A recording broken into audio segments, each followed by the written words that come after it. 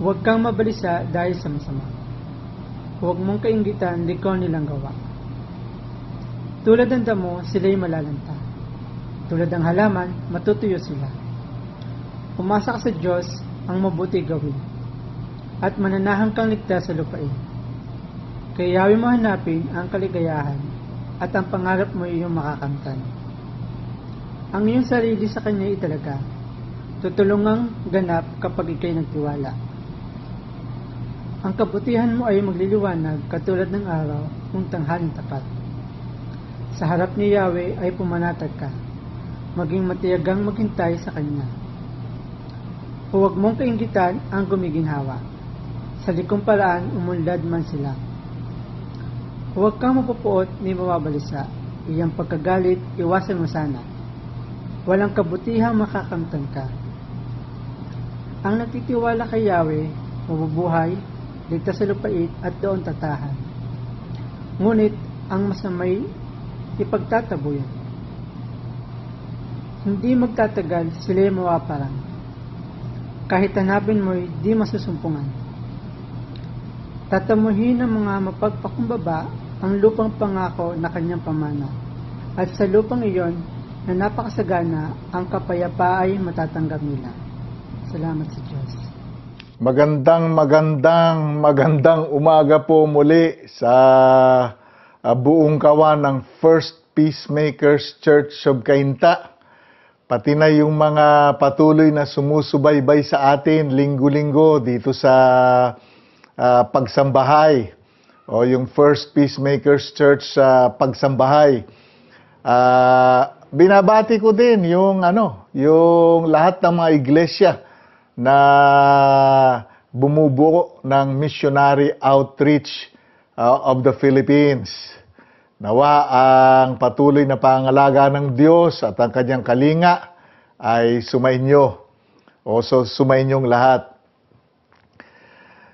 Life will not always turn out the way you like it. Hindi na bagong kasabihan ito sa atin.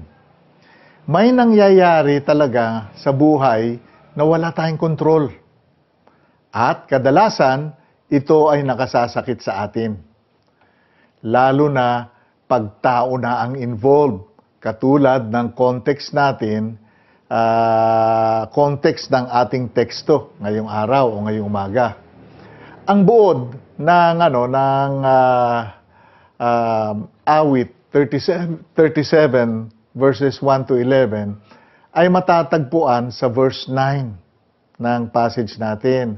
At ito ang pagkasalin niya sa King James Version. Babasahin ko po sa inyo. For evildoers shall be cut off, but those who wait upon the Lord, they will inherit the earth. Ang subject ng scripture reading natin ay ang mga tinawag ni Haring David na masasama. Sila yung tinutukoy niyang walang pakundangang nagkakamkam ng lahat ng kanilang magustuhan. At ginagawa ang lahat ng kanilang ninanais. Walang pakialam sa kalagayan at damdamin ng iba. Sinasaktan nila ang mga mahihirap at walang kalaban-laban. Ang masaklap nito, ayon sa teksto natin, parang wala nang makapigil sa kanila. At dahil dito, napuno na ng galit ang may akda ng awit 37. Nagalit siya sa mga taong ito. Kaya lang, na-realize niya na walang maidudulot ng mabuti ang kanyang galit. Naalala niya pa na naghahari ang Diyos sa lahat ng bagay. At nakatitiyak siya na darating din ang oras na iaayos ng Panginoon ang lahat. Kailangan niya lang maghintay. Maaring hindi, o sabihin na natin, maaring hindi eksaktong ganito ang sitwasyon na pinagdadaanan mo sa kasalukuyan. Ngunit ikaw ay nasaktan na din sa mga bagay na hindi mo napaghandaan o wala kang kontrol. ang mensaheng ito ay para sa iyo. Ngayon naman, kung hindi ka pa nasaktan o nakaranas ng mga nakasasakit na pangyayari sa buhay, ito parati kong sinasabi ito huwag kang mag-alala. Pagdadaanan mo din yun. Kasi kahit na si Kristo Jesus, sinabi niya, magdaranas kayo ng kapighatian sa mundong ito. Matatagpuan natin yan sa John chapter 16 verse 33. Kaya't ang mensaheng ito ay para din sa iyo. Sinimulan ang teksto natin ngayong araw sa pananalitang huwag kang mabalisa. Sa King James Version, do not fret. Ang mga pananalitang ito ay ang pundasyon at punto ng buong passage natin dito sa awit 37, 1-11. At ito ay mababasa natin sa verse 1, verse 7, at verse 8. Yung pananalitang do not fret. Sinasabi ng mga katagang ito na huwag kang lubos na magpaapekto sa pinag-uugatan ng kapighatian o kirot ng damdamin na iyong dinaranas. Dahil may katapusan din ang lahat ng ito. Katulad ng mga damo at halaman na dagli ang nalalanta at natutuyo. Gusto kong gamitin ang salin ng King James Version sa verse 1 na yung do not fret upang palawigin pa ang tindi ng mga pangunahing pananalitang ito. To fret in English means to be in an aggravated state of anxiety or worry. Ang sinasabi ko dito ay yung palala ng palala na pagkabagabag na nagriresulta sa galit, puot, at masidhing silakbo ng damdamin. Yung outburst of passion. Nag-warning ang verse 8 tungkol dito. Sabi niya, again, from the King James Version, cease from anger and forsake wrath. Do not fret, it causes or it only causes harm. Tignan nyo galit, puot. Madalas maghari ang mga damdaming ito sa isang agrabyadong nasaktan na walang kalaban-laban. Mahirap maibsan ang frustration o yung pagkabigo na ganito. Tignan niyo po ang paglala ng emosyon. Nagsisimula sa galit, anger. Tapos sumunod yung puot, rage. Yung anger yun ang panimula yung galit. Pero pag ito ay naging puot na, uncontrollable na ito Marami ka nang magagawa na hindi hindi sang-ayon sa maayos na pag-iisip. Sinabi ng mabuting balita sa verse 8 na walang kabutihang makakamtan ang mga damdaming ito. May mga bagay ka kasing magagawa at pagsisisihan. Pagsisisihan mo later on pag hinayaan mong maghari ang galit sa iyong puso. Sa James chapter 1 verse 19-20, ito yung pinahayag ng verse na babasahin ko rin sa King James Version. So then, my beloved brethren, let every man be swift to hear, slow to speak, slow to wrath, for the wrath of man does not produce the righteousness of God. Ito yung malinaw, Yung sabi niya, for the wrath of man does not produce the righteousness of God. Kaya sabi ni James, Iwasan natin ito eh. Liban sa galit at poot, meron pang isang damdamin na mas nakasisira sa dalawang ito. Alam niyo kung ano yon? Ang self-pity o sobrang pagkaawa sa sarili. While anger and rage is directed towards others, yung outside expression, self-pity is directed towards self, inside expression. Pag nagalit ka, talagang ang expression mo panglabas eh. Kaya yung mga tao o yung sitwasyon, ina-express mo yung galit doon. Pero yung self-pity, pagkaawa sa sarili, iba yan eh. Ang tinatarget mo yung sarili mo eh. No? It is a action directed towards self. Mas dangerous ang self-pity dahil puso ng biktima o nasaktan ang inaatake nito. Unti-unti niyang ngunguyain ang self-esteem ng isang nilalang hanggang sa sukuan na ng nilalang na ito ang kanyang buhay. Either way, ang galit, puot, at sobrang pagkaawa sa sarili ay walang mabuting idudulot sa isang anak ng Diyos. Hindi magiging pagpapala sa iba ang isang born-again believer na nag-aalaga ng galit o self-pity sa kanyang puso. Ang isang nasaktan na anak ng Diyos na nagkikimkim ng galit o nananatili sa kanyang self-pity ay makasasakit din ng kanyang kapwa. May kasabihan sa Christian circles, hurt people, hurt people.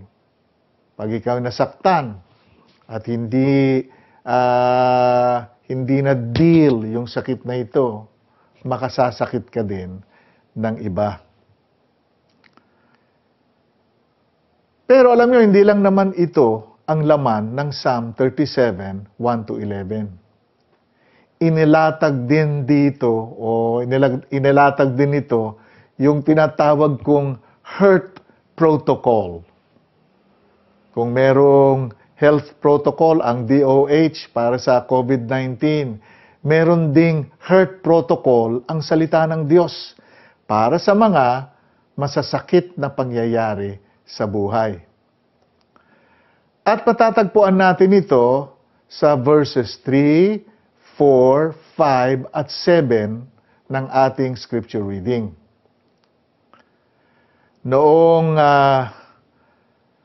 nagsisimula ng mamayagpag ang coronavirus sa buong mundo, naglabas ang World Health Organization ng response protocol para sa lahat ng mga bansa na apektado ng COVID-19. Ito yung protocol na yon. Test, isolate, treat. No? Test, isolate, treat. No? Talaga mag-testing ka ng marami. Pagkatapos doon, ibukod mo yung mga nahawa. Pagkatapos, yung mga lubhang nahawa, talagang i-treat mo. No? Ganito yung pamamaraan, ito yung protocol ng World Health Organization. Dito naman sa ating teksto, ang heart protocol ay trust, delight, commit, rest. Okay, ang ginamit ko po dito yung King James Version, mga words ng King James Version ito Trust, delight, commit, rest. I think yung NIV, pati yung NLT, ganito rin yung ginamit na pananalita. So, isa-isahin natin ang mga ito from the King James Version. Sa verse 3, ang sabi dito, trust in the Lord. Trust in the Lord and do good. Dwell in the land and feed on His faithfulness. Trust in the Lord. Trust. Pinapahayag ng protocol na ito na huwag kang tumingin sa nakasasakit na sitwasyon o mga tao o bagay na sanhi nito. Bagkus ibaling mo ang iyong paningin sa Diyos at sa Kanya ka umasa ng tugon sa kapighatian na iyong pinagdadaanan. The question is, how do we trust God? But how do you trust God? Ano ba ang ibig sabihin talaga ng trust in the Lord? Natalakay na natin ito sa ating mga nakaraang paglalakbay sa salita ng Diyos. Sinagot ito ng Proverbs chapter 3 verses 5 to 6 at babasahin ko naman ngayon sa New International Version. Itong pagkasalin. Trust in the Lord with all your heart and lean not on your own understanding.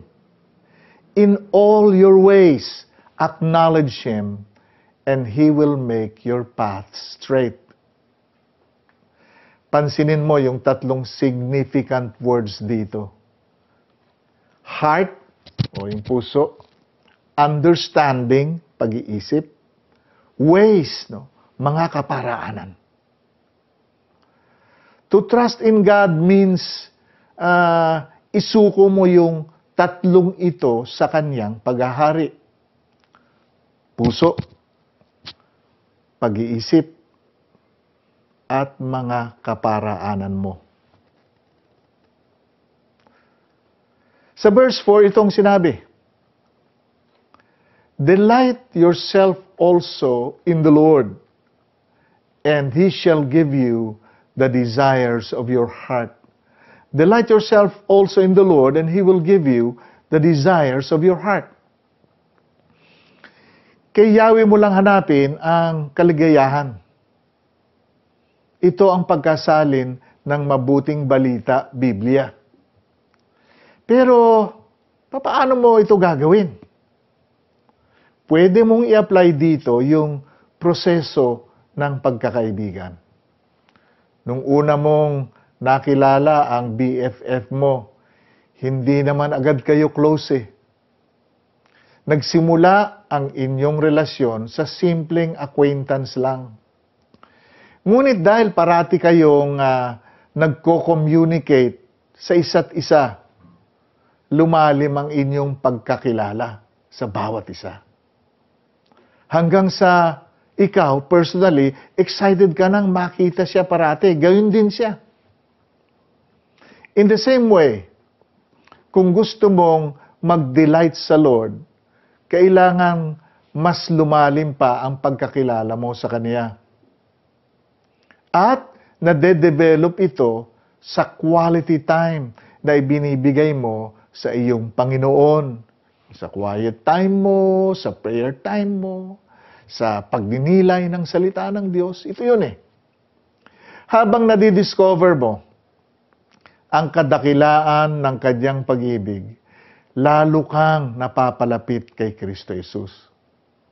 Hanggang sa marirealize mo na nararanasan mo na pala yung joy of the Lord. Dahil meron ka ng joy in the Lord. Joy of the Lord, joy in the Lord. When you delight yourself in the Lord, your hurts will fade in the light of His love. When you delight yourself in the Lord, your hurts will fade in the light of His love. Alam nyo, prior to this chapter, itong chapter 37, pahayag ni Haring David sa Psalm 36 verse 7, babasahin ko sa NLT, ganito, how precious is your unfailing love, O God. All humanity finds shelter in the shadow of your wings. In the shadow of your wings. Sa verse 5, ang sabi doon sa verse 5, commit your way unto the Lord. Trust also in Him, and He shall bring it to pass. Commit your way unto the Lord. Commit. So, tignan natin ang una, di ba? Trust. Pangalawa, delight. Pangatlo, commit.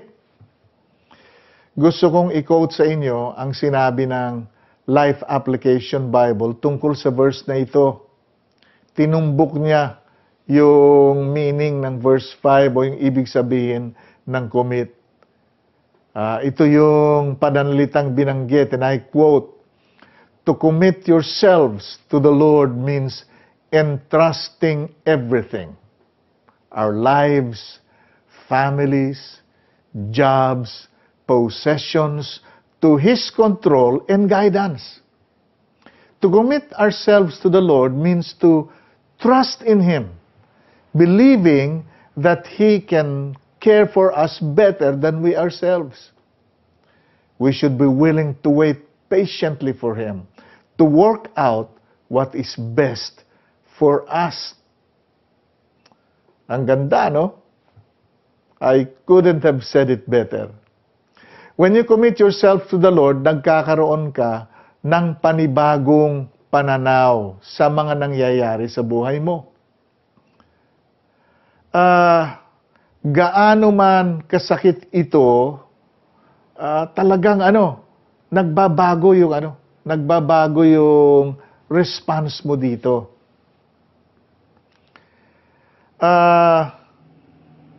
Sabi ni John MacArthur sa isang preaching niya, the worst thing that could happen to you could actually be the best thing that could happen to you. Grabe, no? The worst thing that could happen to you could actually be the best thing that could happen to you. Hindi mo pa nakikita o nararanasan yung kagandahan nito kasi sa panahon na yun, nasasaktan ka eh. Well, there are times na yung painful moments na to are actually the best thing that is happening to you. Marami kong mga patotoo tungkol diyan. Kaya nga naniniwala ako dun eh. Kasi di naman natin batid ang kabuuan ng ating buhay. We only see the details of our lives as it unfolds.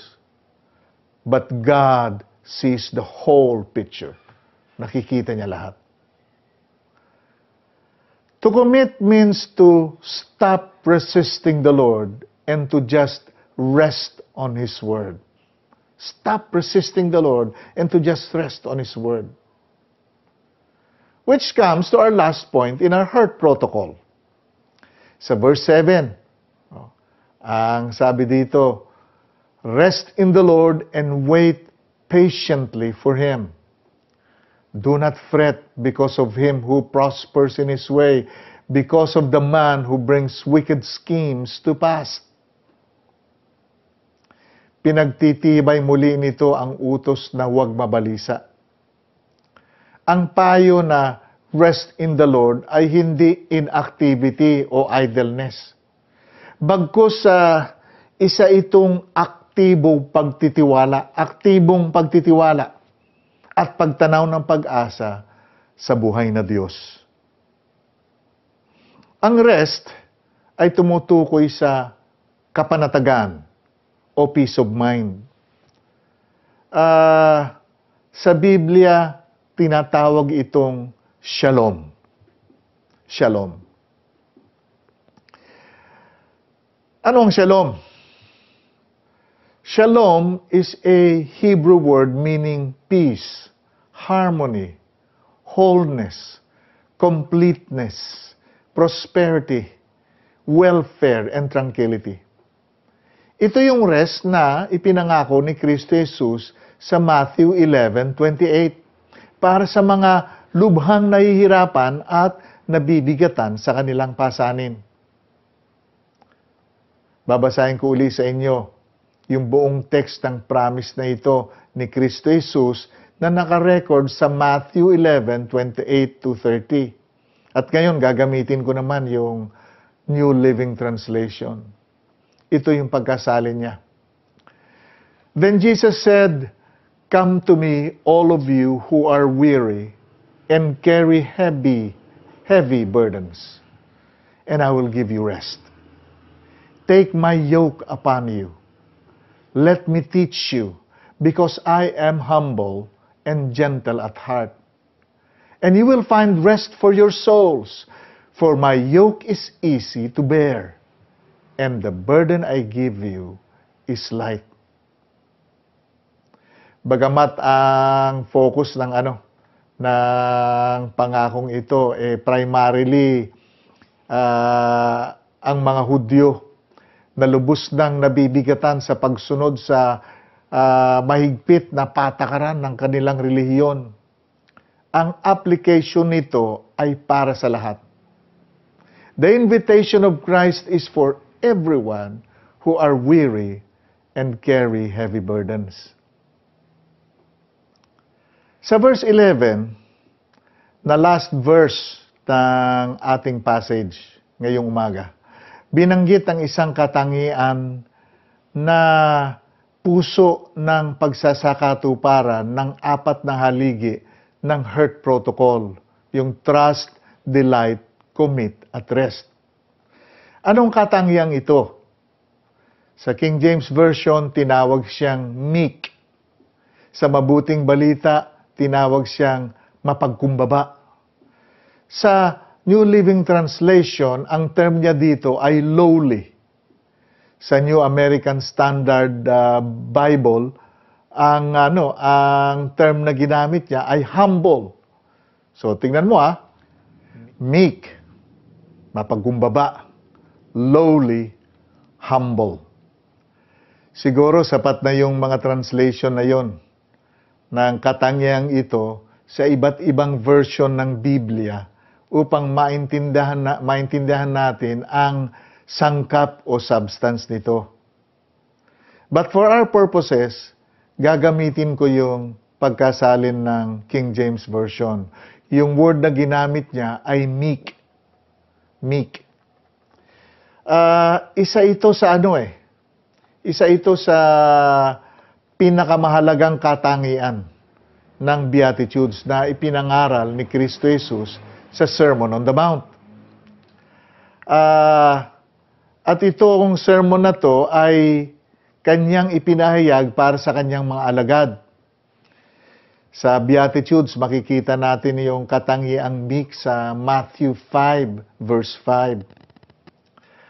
Sa aking pagsaliksik ng ibig sabihin ng meekness, nasumpungan ko ang writing na ito na gusto kong i-share sa inyo.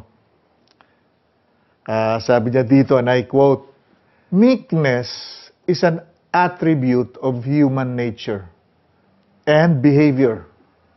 It has been defined several ways: righteous, humble, teachable, and patient under suffering, long-suffering, willing to follow gospel teachings, an attribute of a true disciple."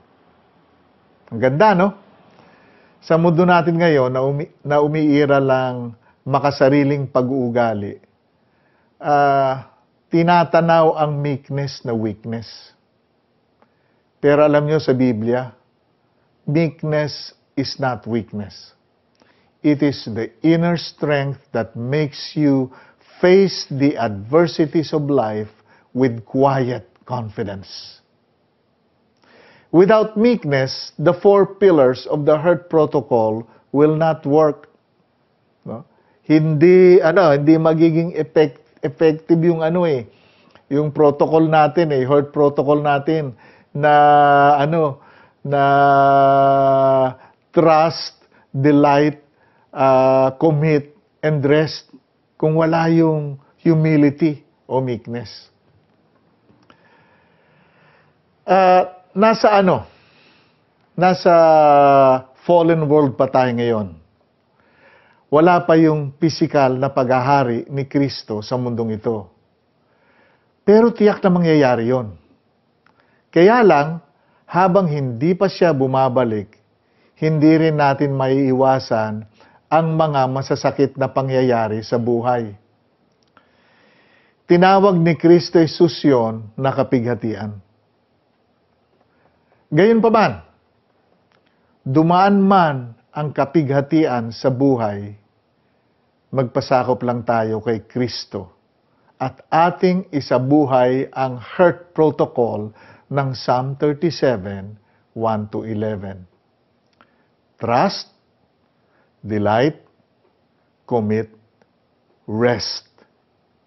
Sa pagganap mo nito, masusumpungan mo ang saganang kapayapaan ng Diyos. God bless you. Shalom.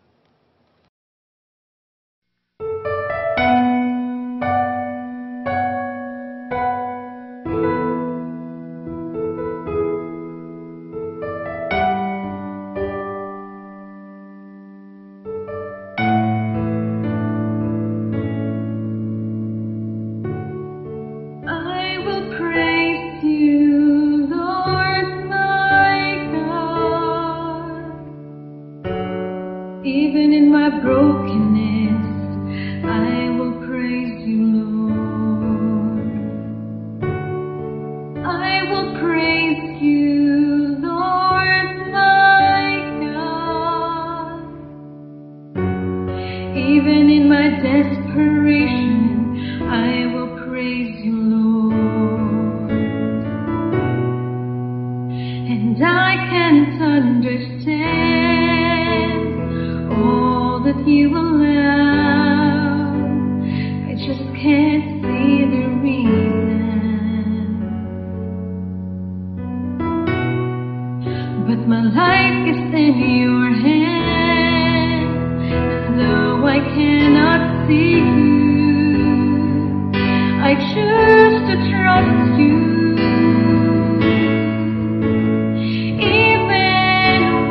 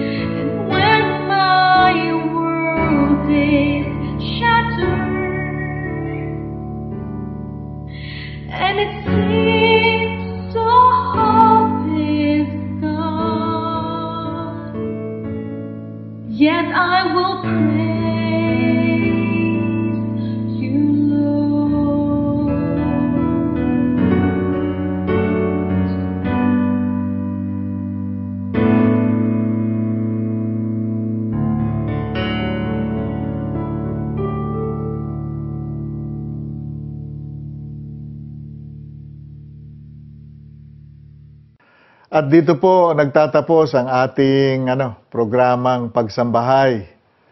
Salamat po sa patuloy ninyong suporta at patuloy na pagsubaybay sa programang ito. Pinapasalamatan ko rin ang lahat ng mga kapatiran sa First Peacemakers Church of Cainta na patuloy na nag-aalay ng kanilang mga ikapo at kanilang mga offering sa Panginoon. Alam ko po sa panahong ito talagang napakahirap gawin yung mga bagay na ganyan. Bukod sa mga protocol na talagang may restrictions tayo sa paglabas, talagang isa pa yung resources ngayon talagang very strained. Kaya lang sa lahat sa inyo na tapat na ginagampanan yung mga bagay na ito, the Lord bless you more, no? Nakikita ng Panginoon ang lahat ng inyong mga sacrifice at ang inyong mga ginagawa para sa kanya. And I know God will bless you.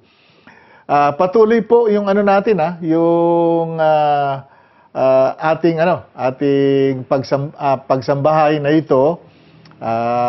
Hindi po natin alam kung kailan natin magagamit muli ang Luisa Building, pero alam niyo po sa aming pong pag-uusap ng liderato ng ating iglesia, ang ating pastoral team, napag-deciden po namin talaga na sa mga pagkakataong ito, masyado pang risky, maghihintay pa tayo ng tingnan natin,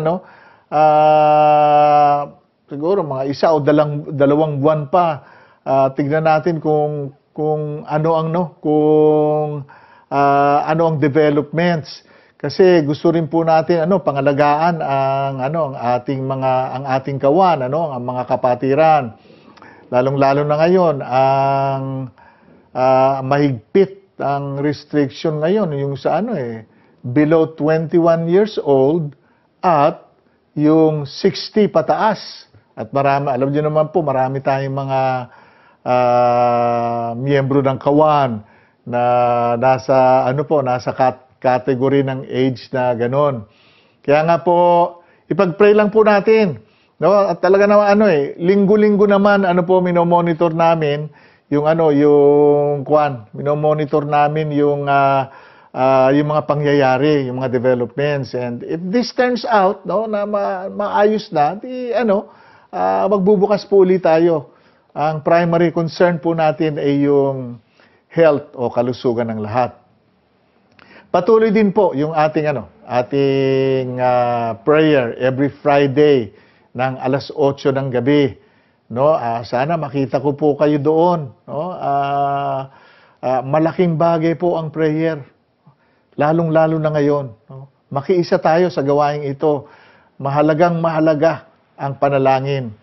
Yung iglesia sa New Testament, alam niyo po, yung prayer po hindi po ito yung hindi po ito peripheral o yung pangalawa lamang, no? O secondary, hindi Yung prayer sa kanila, primary po ito. Primary, no? Na talagang nagbibigay sila ng panahon para dito. Kaya nga po sana lahat ng mga kapatiran ay nag-uukol ng panalangin.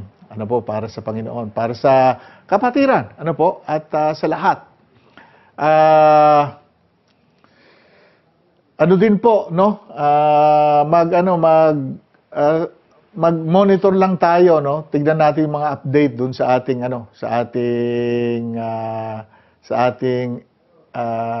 FB page tungkol sa mga bagong development pa. Marami pong ginagawa ang Panginoon. At ako po'y malugod na nag-a-announce sa inyo na hindi talaga siya nagkukulang sa bawat isa sa atin. Opo, so ngayon po tayo naman ay dumako sa panalangin. Amang makapangyarihan sa lahat, nagpapasalamat kami sa kabutihan mo sa amin. Nagpapasalamat kami, Panginoon, sa patuloy mong pangangalaga. Lord, sa pagtago mo sa amin sa ilalim ng iyong mga pakpak. Salamat, Ama. Lord God, every day, Panginoon, ipinapamalas mo ang pag-ibig mo, ang katapatan mo, pati na, Panginoon, ang iyong proteksyon sa bawat isa. Dinadalangin po namin, Panginoon, ang bawat pamilya na pangangalagaan mo at patuloy na tatatag sa kanilang pananampalataya at kanilang relasyon sa iyo, bagamat,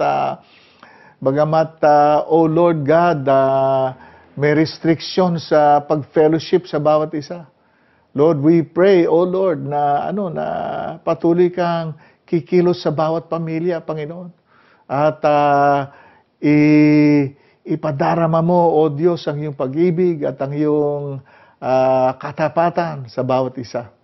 Na alam namin, ginagawa mo araw-araw. Naalala namin ang aming bansa, Panginoon. Lord God, have mercy on our country, O Lord. Patuloy mong pakialaman, Lord, lahat na nangyayari sa aming bansa. Lord, kailangan ka namin ngayon, Panginoon. Kailangan namin yung intervention mo. Yung paggawa ng mga patakaran, Panginoon. Bigyan mo ng wisdom yung aming mga namiminuno upang, Ama, sa pagganap nila nito, O Diyos, ay hindi lamang makatutulong upang bumalik yung sigla ng ekonomiya, Ama, pero maprotektahan din, Panginoon, ang mamamayan. Dinadalangin namin, Panginoon, yung mga health workers na talagang strained na po sila. Lord, continue to strengthen them. Yung mga hospitals, Panginoon. Yung mga health centers, O Lord. Lahat ng mga facilities na ito, O God, na siyang overtime na tumatrabaho para po, O Diyos, ma-address itong problem ng COVID-19 pandemic. O God, we pray, O Lord, na i-sustain mo sila. Salamat po, Panginoon, kasi alam namin, O Diyos, magtatapos din ito. Kaya dinadalangin namin yung mga researchers namin, O God, pati yung naghahanap ng mga medisina para dito, Lord, baka kita na ng lunas para dito. Lalo na dito sa Pilipinas, we pray, O God, na maging productive yung ginagawa nilang research para dito upang hindi na kami umasa sa iba pang bansa sa pagsugpo ng COVID-19. Dalangin din namin naman ay yung mga patuloy na nagre-research sa vaccine, O God, I pray na maging mabilis, O Lord, ang development nito upang, Ama, ma-address na yung COVID-19 virus. Lord, kinikilala namin lahat ng mga efforts namin, baliwala ito kung hindi kikilos ang iyong kamay. Kaya, Panginoon, dinadalangin namin, O God, dinadalangin namin, Panginoon, na kumilos ka na, O Diyos. At isakatuparan mo na, Panginoon, yung purpose mo, O Lord, para sa aming bansa at sa buong mundo. God, we give you praise and we give you glory for all of these things. Salamat po, Panginoon. The Lord bless you and keep you. The Lord make His face to shine upon you and be gracious unto you. The Lord lift up His countenance upon you and give you peace. Amen and amen.